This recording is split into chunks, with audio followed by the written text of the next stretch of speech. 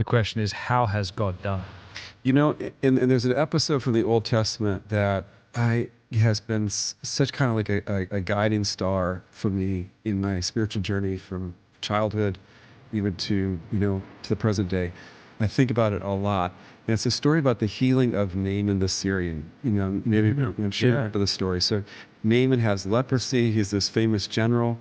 He goes to the prophet. His old servant girl says there's a prophet in Israel.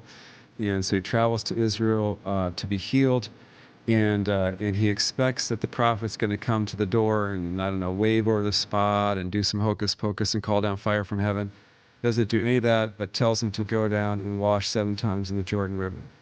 And he's offended by how simple and how humble that is. Yes. And he's like, the Jordan's just like a muddy creek. And if you've ever been to the shore, you're like, yeah, there are some very unimpressive places along the Jordan River where we're like, oh, this is like the Butt Creek Nature Preserve back in Western Michigan. It's like not very.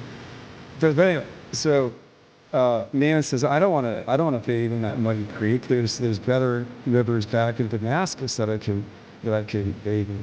But his servants come to him and say, Father, this term of affection, respect that they have for him. If the prophet had said, do some great thing, would you not have done it? So how much more when he just says to do this simple thing?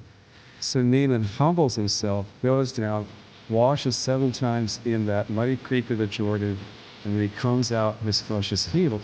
Maybe one of the reasons why he was given that to do was because he needed humility in order to be healed.